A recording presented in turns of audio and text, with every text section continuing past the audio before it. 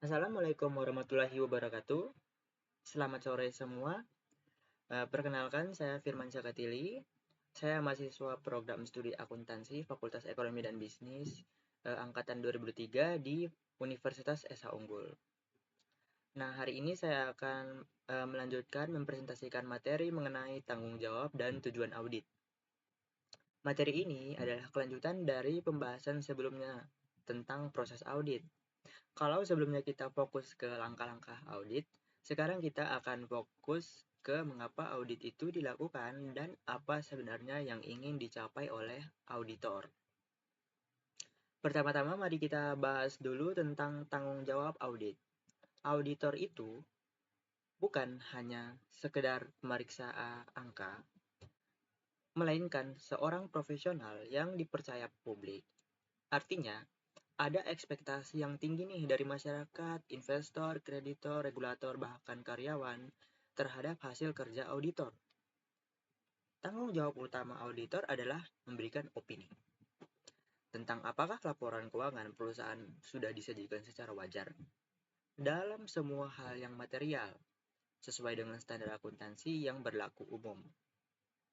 Namun, tanggung jawab auditor tidak berhenti di situ saja. Ada beberapa hal lain yang juga penting, yaitu seperti menjaga independensi, menjaga skeptisisme profesional, mematuhi standar auditor, memberikan keyakinan yang memadai. Menjaga independensi itu maksudnya auditor tidak boleh memiliki kepentingan pribadi yang bisa memengaruhi objektivitas.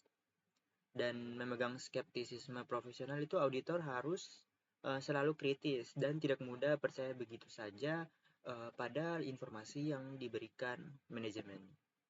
Dan juga mematuhi standar audit, di mana agar pekerjaan itu dilakukan sesuai prosedur yang diakui seperti SPAP dan GAAS.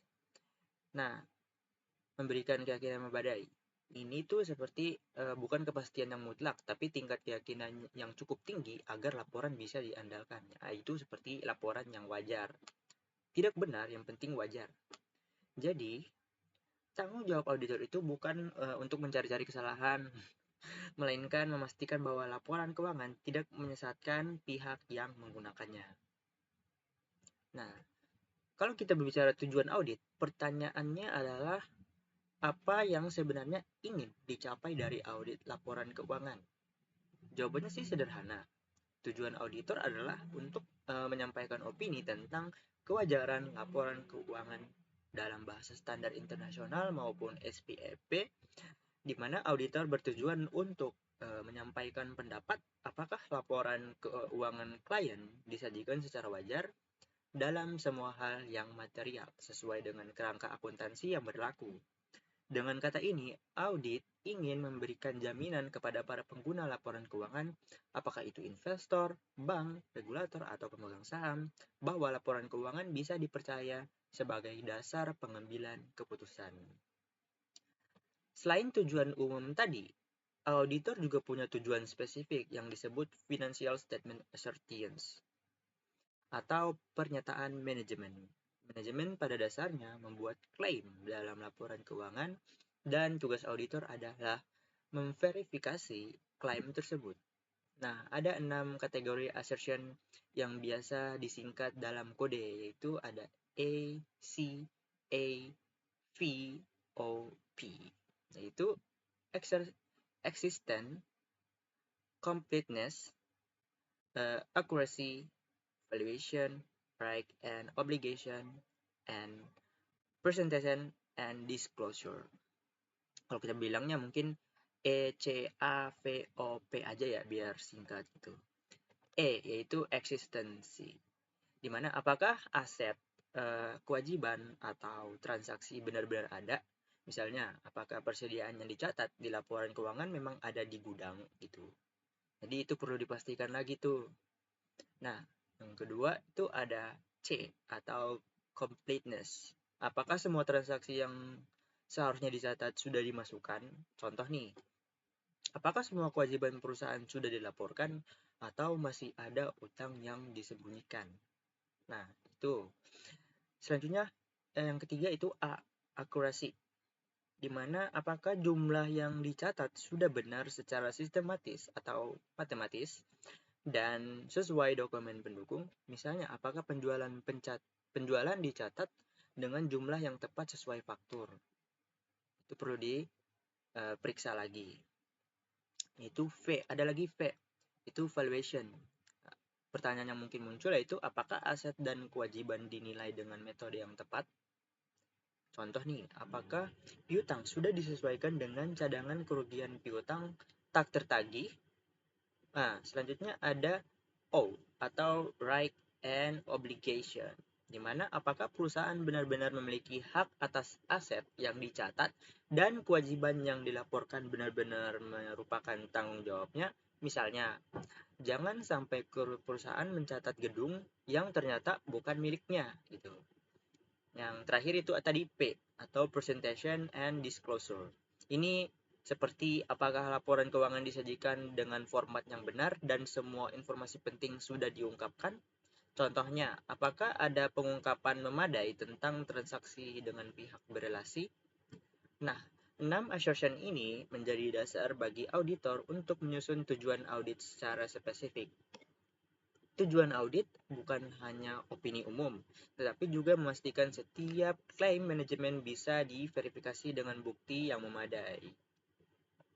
Kalau kita lihat lebih dalam, seluruh tujuan audit sebenarnya bermuara pada satu hal, yaitu opini auditor. Nah, seperti yang mungkin sudah kita bahas di video-video sebelumnya, yaitu ada opini auditor itu ada 4, dengan berbagai bentuk. Ada unqualified opinion atau wajar tanpa pengecualian, ada qualified opinion atau wajar dengan pengecualian, ada adverse opinion atau tidak wajar, ada disclaimer of opinion, yaitu auditor menolak opini. Tujuan auditor memeriksa assertion tadi adalah untuk bisa menentukan jenis-jenis opini mana yang sesuai dengan kondisi laporan keuangan klien.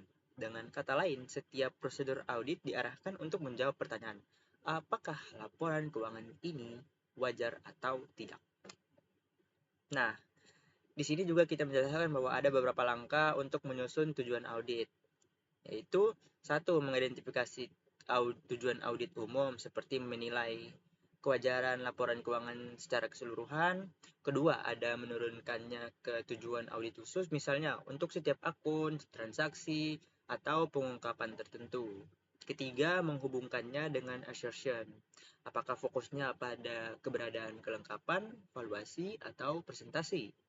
Nah, yang terakhir itu merancang prosedur audit yang sesuai. Ini tuh agar auditor bisa mendapatkan bukti untuk setiap tujuan spesifik tadi. Contoh, untuk persediaan, tujuan auditnya adalah memastikan persediaan ada existence, jumlahnya lengkap atau completeness, itu nilainya tepat, secara kita sebut mungkin valuation, dan diungkapkan dengan benar, presentation. Maka, prosedurnya bisa berupa observasi fisik persediaan, rekonsiliasi catatan, sampai pengujian harga perolehan. Kalau kita lihat ke standar, baik SPAP di Indonesia maupun GAAP di Amerika, tujuan audit pada dasarnya sama, memberikan opini. Apakah laporan keuangan disajikan secara wajar dalam semua hal yang material, sesuai standar akuntansi yang berlaku umum. Di sini ada 2 kata kunci. Materialitas artinya auditor fokus pada salah saji yang signifikan, bukan kesalahan kecil. Dan kerangka akuntansi yang berlaku, misalnya PSAK di Indonesia atau IFRS secara global. Jadi, kalau ada salah saji tapi tidak material, auditor bisa tetap menyatakan laporan wajar. Tapi kalau sudah salah saji material, meski hanya satu, auditor harus mempertimbangkan untuk memberi pengecualian atau bahkan opini tidak wajar.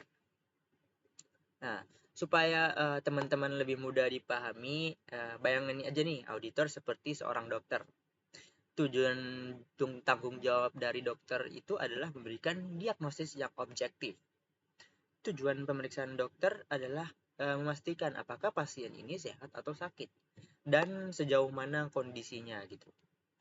Nah, assertion bisa disamakan dengan gejala-gejala yang perlu diperiksa seperti tekanan darah, gula kadar gula, habis itu detak jantung, dan lain-lain. Opini dokter adalah kesimpulan akhir. Apakah pasiennya sehat, butuh perawatan khusus, atau kondisinya parah?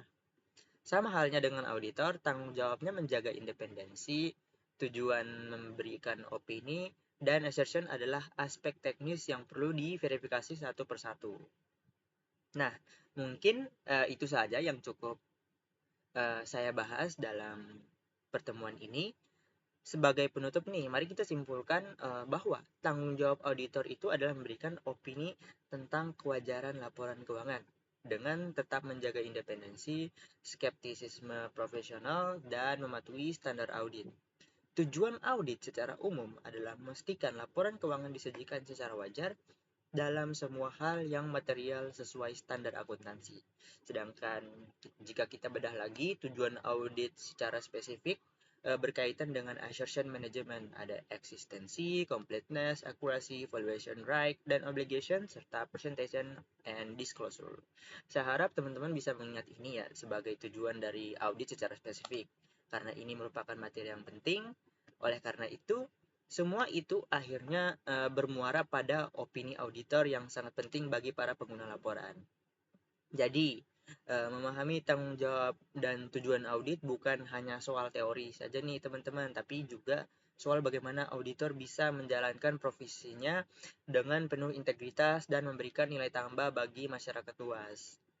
Mungkin saya rasa cukup untuk membahas tanggung jawab dan tujuan dari audit. Demikian presentasi saya tentang ini.